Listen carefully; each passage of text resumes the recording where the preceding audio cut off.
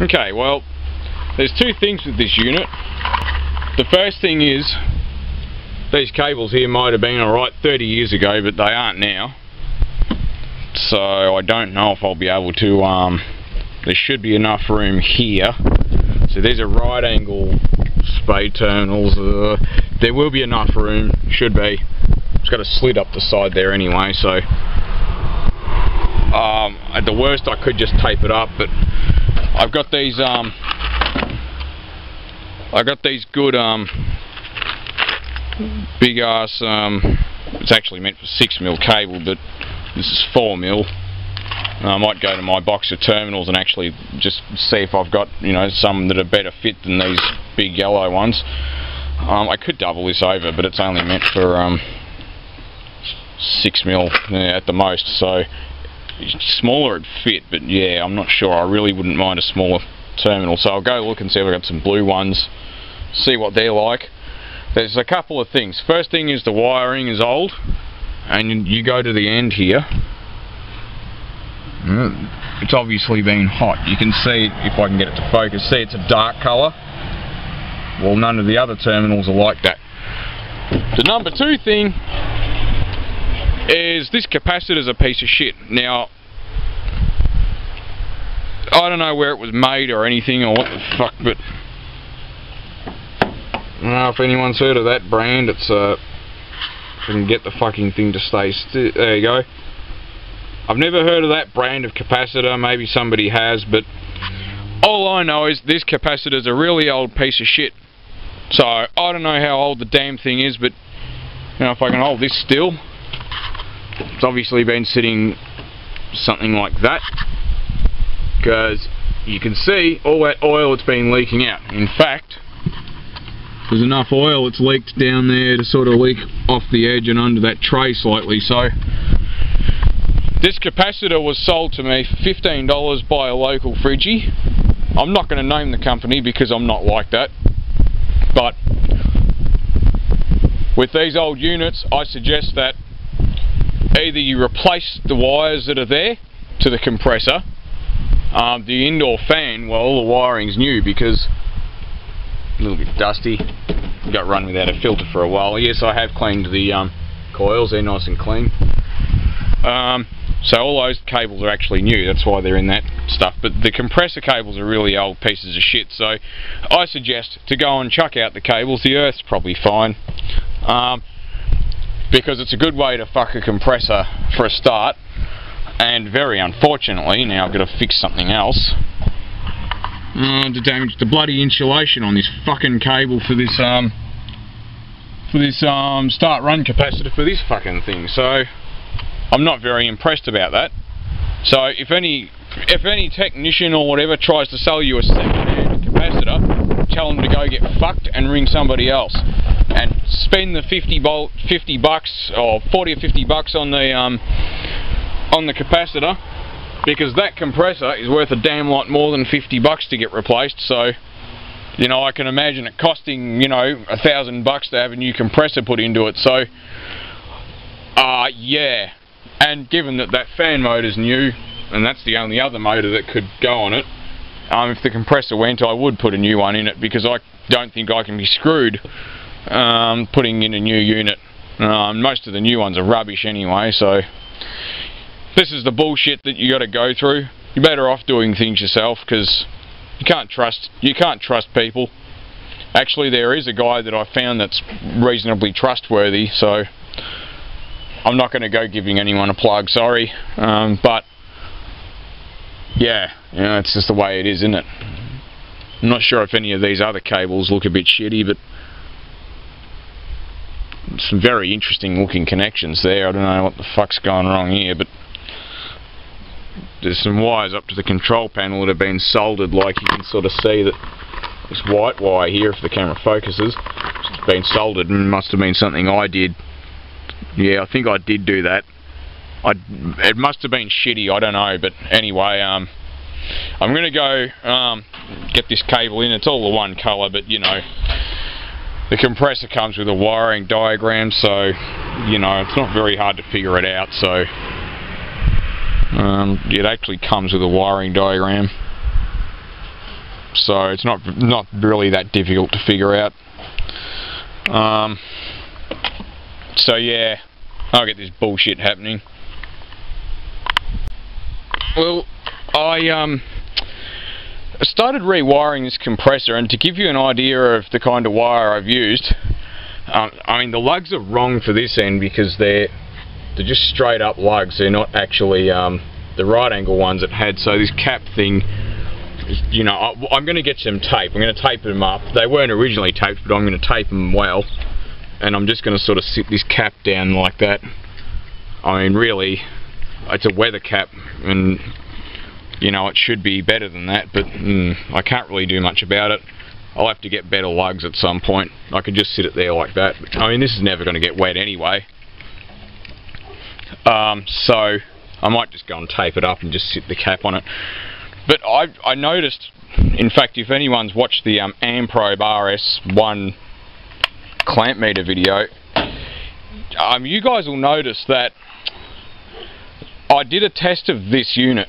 You know, one of the things I tested with this clamp meter in the switchboard was this weatherwall, and I noticed that it was running less than the specified current should be. And well, if you go to this sheet, which is probably not going to show up in the sunlight, and just go here, I'm 99% sure somewhere it tells you.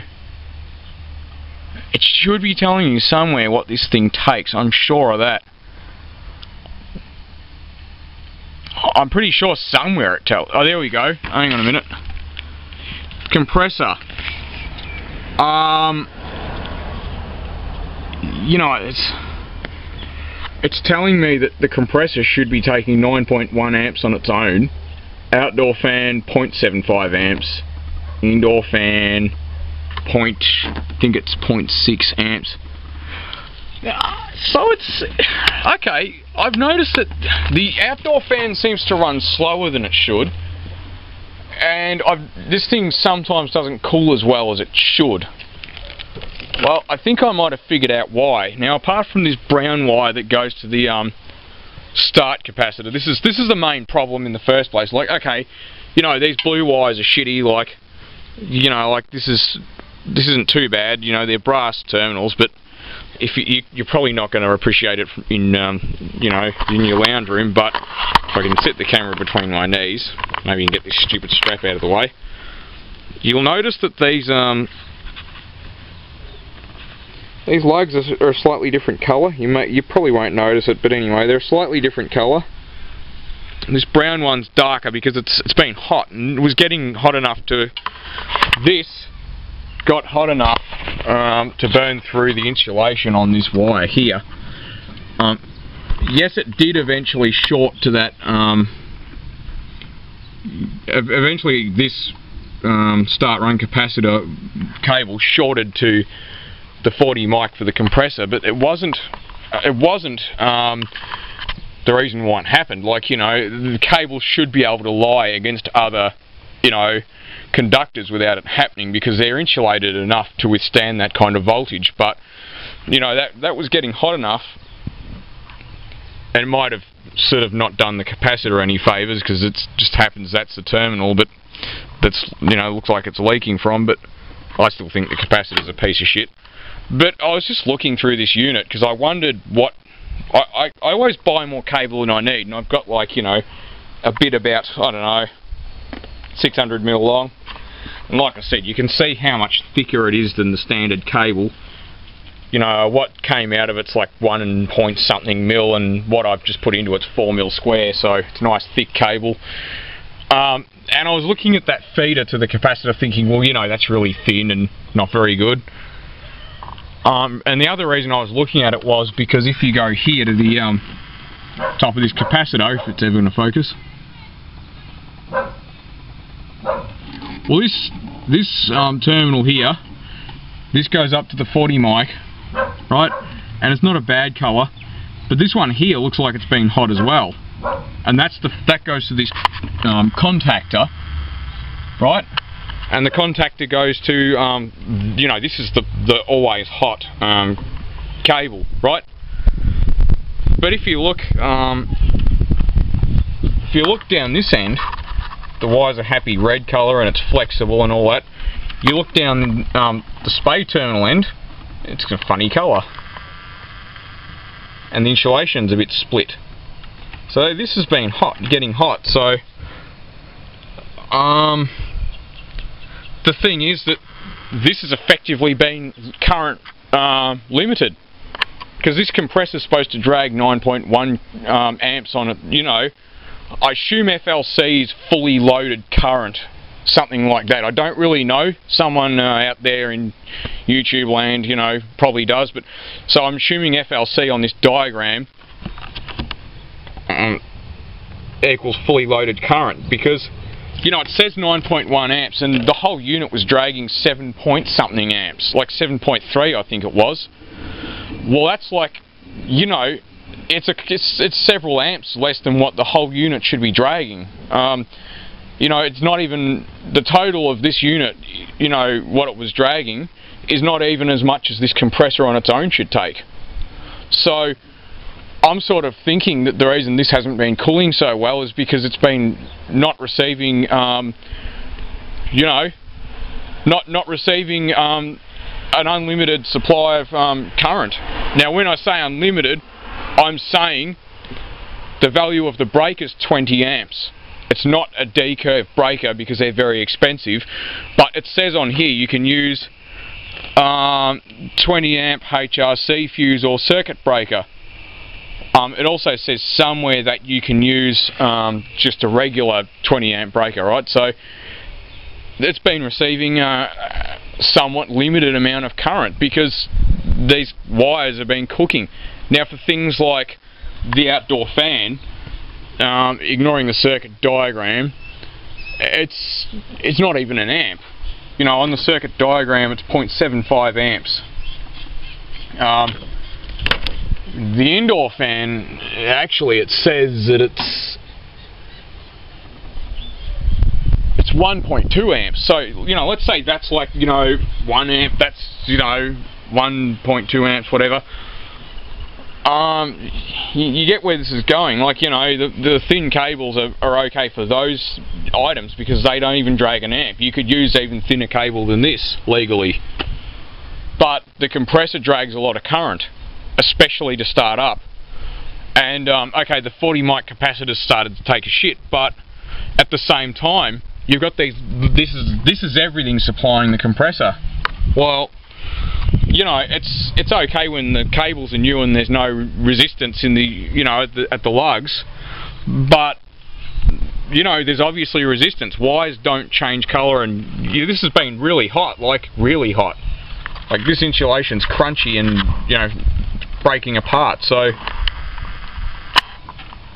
obviously, you know, this has gotten bloody hot. So that's one of the things I'm definitely changing. I'm going to rig it up so that this outdoor fan, which this is a supply to it via the capacitor, I'm pretty sure that's how it works. That's going to go to one leg of this contactor. Still going to use these jump cables, which are probably, they're tight, but they're really too small. I've got plenty of that good cable down there, plenty long enough. So I'm going to have a supply going to the contactor, which is that 4mm cable. So it's going to be bigger than this. Like I said, it's really too thin, this cable. And I'm going to have a supply for the compressor going straight from this side of the contactor to that terminal on the 40 mic cap, because I don't want to limit the current. You know, it's not okay.